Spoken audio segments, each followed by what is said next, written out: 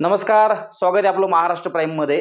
आज आपण महाराष्ट्रामध्ये झालेल्या लोकसभा निवडणुकीमध्ये 48 जागांचा निकाल कसा असणार आहे हे जाणून घेण्याचा प्रयत्न करणार आहेत। महाराष्ट्रामध्ये 5 टप्प्यामध्ये जी लोकसभा निवडणूक झाली, या लोकसभा निवडणुकीमध्ये महाराष्ट्रात अनेक मतदारसंघामध्ये चुरशीच्या लढती झालेल्या आपण बघितल्या, बूथ कॅप्चरिंग किंवा अनेक वेगवेगळ्या घटना देखील घडताना आपण पाहिल्यात। एकंदरीत लोकसभा निवडणुकीचं मतदान पार पडलेलं आहे आणि आता सगळ्यांना वेध लागलेला आहे की लोकसभा निवडणुकीचा निकाल कधी हातात येतोय। आता आपण निकाल कसा असणार आहे, एकंदरीत महाराष्ट्रातल्या 48 जागांमध्ये निकाल कसा असणार आहे, कोणत्या जागेवर कोण निवडून येणार आहे हे जाणून घेण्याचा प्रयत्न करणार आहेत। महाराष्ट्र प्राइमच्या माध्यमातून महाराष्ट्रभर केलेल्या सर्वेच्या माध्यमातून आपण हा पोल काढलेला आहे आणि या पोलच्या माध्यमातून महाराष्ट्रामध्ये कोणत्या लोकसभा मतदारसंघात कोण निवडून येतंय हे जाणून घेण्याचा आपण प्रयत्न करूयात। हा व्हिडिओ सगळ्यांनी शेवटपर्यंत बघा, व्हिडिओ जास्तीत जास्त शेअर करा, व्हिडिओला लाईक करा, चॅनलला सबस्क्राइब करा।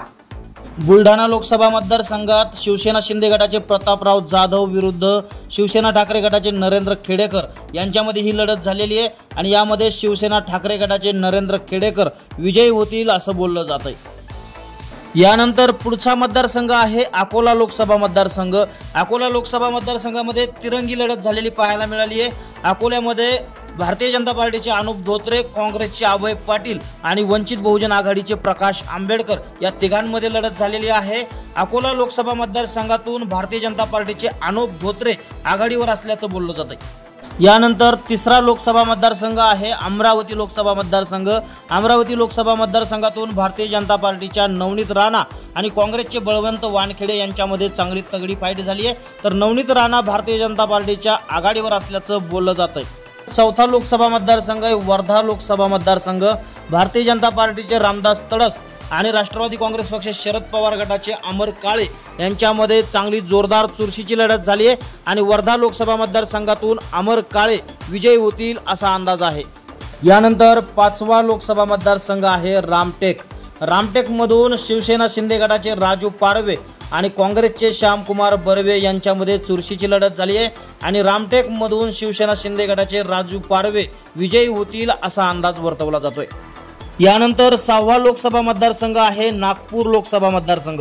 नागपूरमधून भारतीय जनता पार्टीचे नितीन गडकरी आणि काँग्रेसचे विकास ठाकरे यांच्यामध्ये लढत झाली आहे। नागपूर लोकसभा मतदारसंघातून नितीन गडकरी बहुमताने निवडून येतील असा अंदाज वर्तवला जातोय।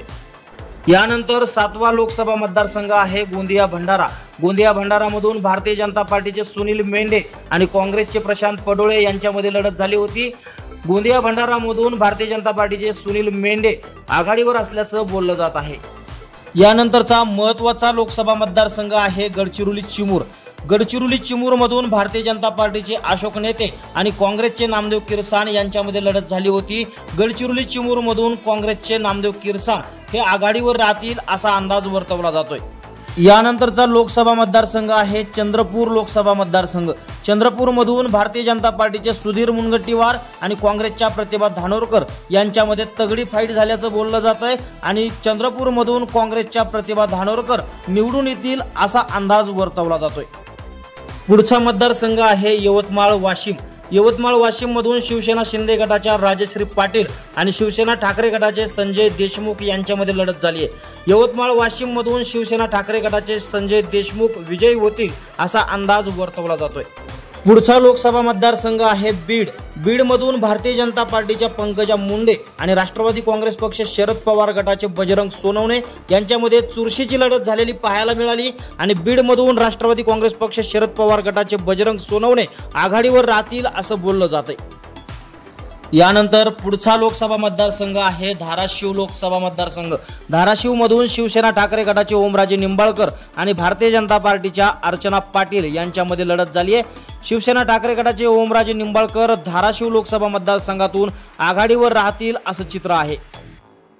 पुढचा मतदारसंघ आहे लातूर। लातूरमधून भारतीय जनता पार्टीचे सुधाकर शृंगारे आणि काँग्रेसचे शिवाजीराव काळगे यांच्यामध्ये लढत झाली आहे। लातूर लोकसभा निवडणुकीमध्ये भारतीय जनता पार्टीचे सुधाकर शृंगारे विजयी होतील असं चित्र आहे। यानंतर पुढचा लोकसभा मतदारसंघ आहे हिंगोली। हिंगोलीमधून शिवसेना ठाकरे गटाचे नागेश पाटील आष्टीकर आणि शिवसेना शिंदे गटाचे बाबूराव कोहळीकर यांच्यामध्ये लढत झाली आहे। हिंगोलीमधून नागेश पाटील आष्टीकर आघाडीवर राहतील असं चित्र आहे। यानंतर पुढचा लोकसभा मतदारसंघ आहे नांदेड। नांदेडमधून भारतीय जनता पार्टीचे प्रताप चिखलीकर आणि काँग्रेसचे वसंतराव चव्हाण यांच्यामध्ये लढत झाली आहे. नांदेडमधून भारतीय जनता पार्टीचे प्रतापराव चिखलीकर विजयी होतील. पुढचा लोकसभा मतदारसंघ आहे परभणी. परभणीमधून महायुतीचे महादेव जानकर आणि शिवसेना उद्धव ठाकरे गटाचे संजय जाधव यांच्यामध्ये चुरशीची लढत झालेली पाहायला मिळाली आहे आणि परभणीमधून संजय जाधव निवडून येतील असं चित्र आहे. यानंतर पुढचा लोकसभा मतदारसंघ आहे जालना. जालना हे मराठा आंदोलनाचं केंद्रबिंदू असल्यामुळे या निवडणुकीकडे अवघ्या महाराष्ट्राचं लक्ष लागलं होतं. जालन्यातून भारतीय जनता पार्टीचे रावसाहेब दानवे, काँग्रेसचे कल्याण काळे आणि अपक्ष उमेदवार मंगेश साबळे अशी तिरंगी लढत झालेली पाहायला मिळाली आहे. अपक्ष उमेदवार मंगेश साबळे यांच्यामुळे भारतीय जनता पार्टीचे रावसाहेब दानवे यांना फटका बसून कल्याण काळे विजयी होतील असं चित्र सध्या जालन्यामध्ये पाहायला मिळतंय. यानंतर पुढचा लोकसभा मतदारसंघ आहे छत्रपती संभाजीनगर. छत्रपती संभाजीनगरमध्ये तिरंगी लढत झालेली पाहायला मिळाली आहे.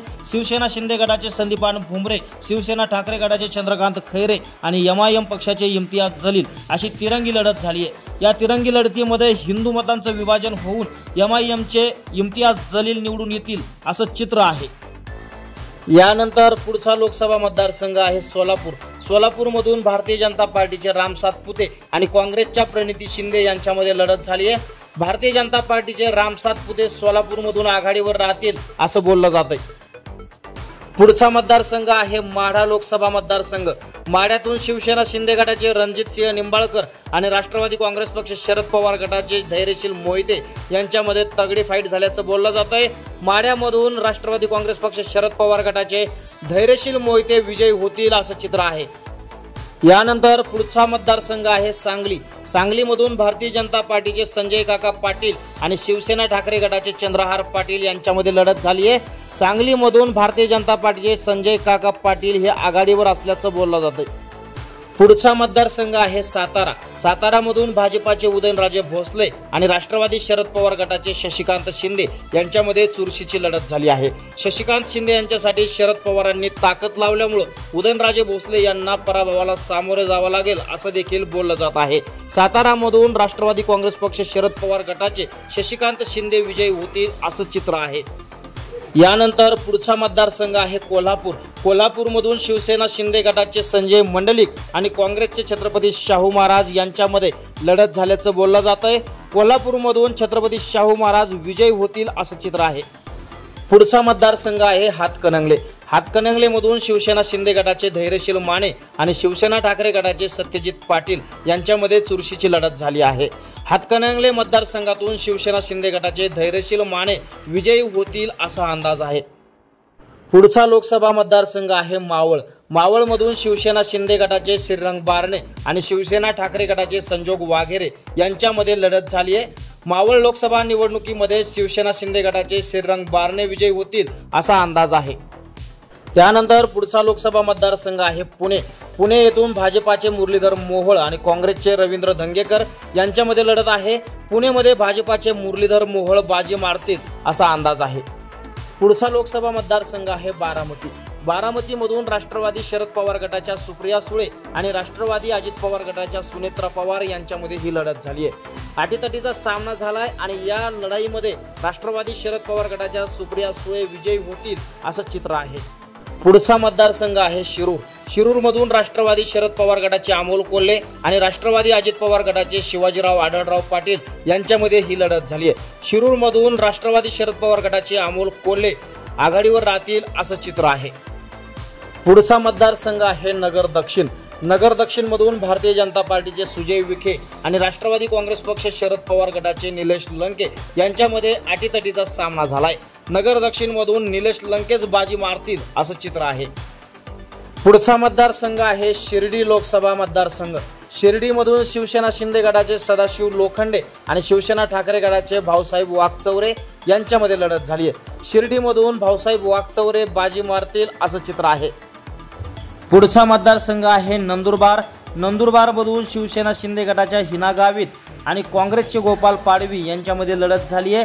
नंदुरबारमधून शिवसेना शिंदे गटाच्या हिना गावित विजयी होतील. यानंतर पुढचा लोकसभा मतदारसंघ आहे धुळे. धुळेमधून भाजपाचे सुभाष भामरे आणि काँग्रेसच्या शोभा बच्चाव यांच्यामध्ये लढत झाली आहे. धुळेमधून भारतीय जनता पार्टीचे सुभाष भामरे हे आघाडीवर राहतील असं चित्र आहे. पुढचा लोकसभा मतदारसंघ आहे जळगाव. जळगावमधून भाजपाच्या स्मिता वाघ आणि शिवसेना ठाकरे गटाचे करण पवार यांच्यामध्ये लढत आहे. जळगावमधून भाजपाच्या स्मिता वाघ विजयी होतील असा अंदाज वर्तवला जातोय. पुढचा मतदारसंघ आहे रावेर. रावेरमधून भाजपाच्या रक्षा खडसे आणि राष्ट्रवादी शरद पवार गटाचे श्रीराम पाटील यांच्यामध्ये चुरशीची लढत झाली आहे. रावेरमधून भारतीय जनता पार्टीच्या रक्षा खडसे ह्या आघाडीवर राहतील असं चित्र आहे. पुढचा मतदारसंघ आहे दिंडोरी.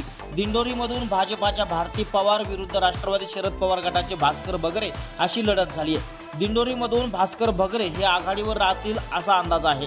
पुढचा मतदारसंघ आहे नाशिक. नाशिकमधून शिवसेना शिंदे गटाचे हेमंत गोडसे आणि शिवसेना ठाकरे गटाचे राजाभाऊ वाजे यांच्यामध्ये ही लढत झाली आहे. नाशिकमधून शिवसेना शिंदे गटाचे हेमंत गोडसे आघाडीवर राहतील असा अंदाज. पुढचा मतदारसंघ आहे उत्तर मुंबई. उत्तर मुंबईमधून भाजपाचे पियुष गोयल आणि काँग्रेसचे भूषण पाटील यांच्यामध्ये लढत झाली आहे. उत्तर मुंबईमधून भाजपाचे पियुष गोयल हे विजयी होतील असा अंदाज आहे. त्यानंतर पुढचा लोकसभा मतदारसंघ उत्तर पश्चिम मुंबई.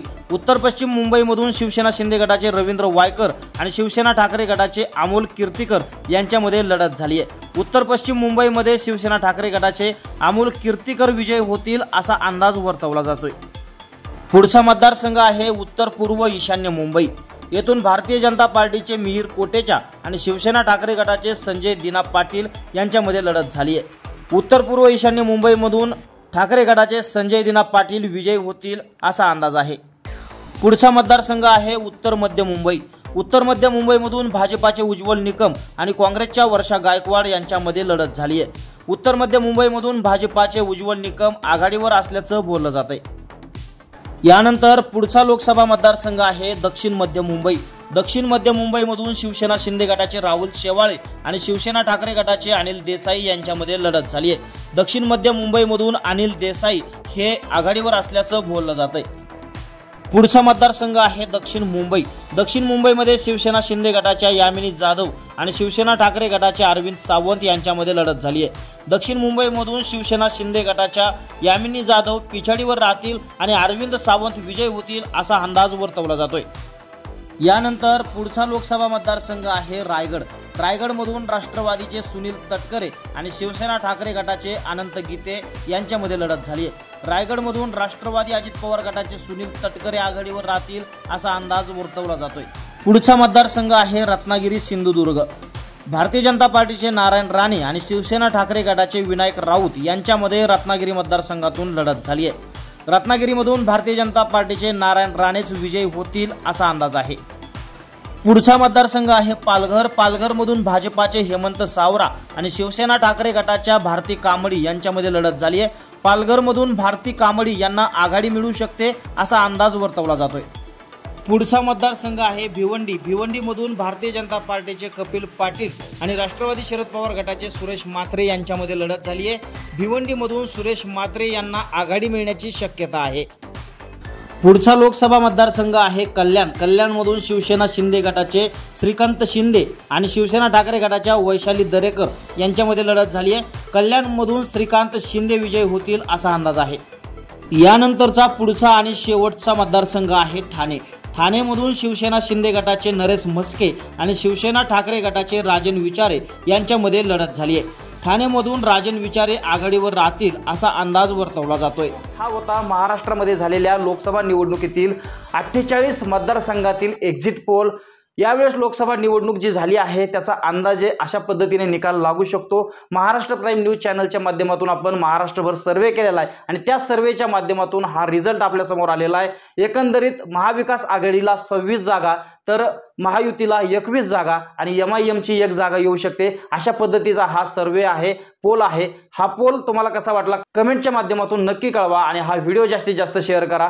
महाराष्ट्रामध्ये भारतीय जनता पार्टी किंवा महायुतीच्या किती जागा येतील, महाविकास आघाडीच्या किती जागा येतील याबद्दल तुमचं काय मत आहे कमेंट बॉक्समध्ये नक्की कळवा आणि तुमच्या मतदारसंघातून नेमका खासदार कोण होईल हे देखील आम्हाला कमेंटच्या माध्यमातून नक्की कळवा. परत भेटूया अशाच एका माहितीपूर्ण व्हिडिओमध्ये. नमस्कार.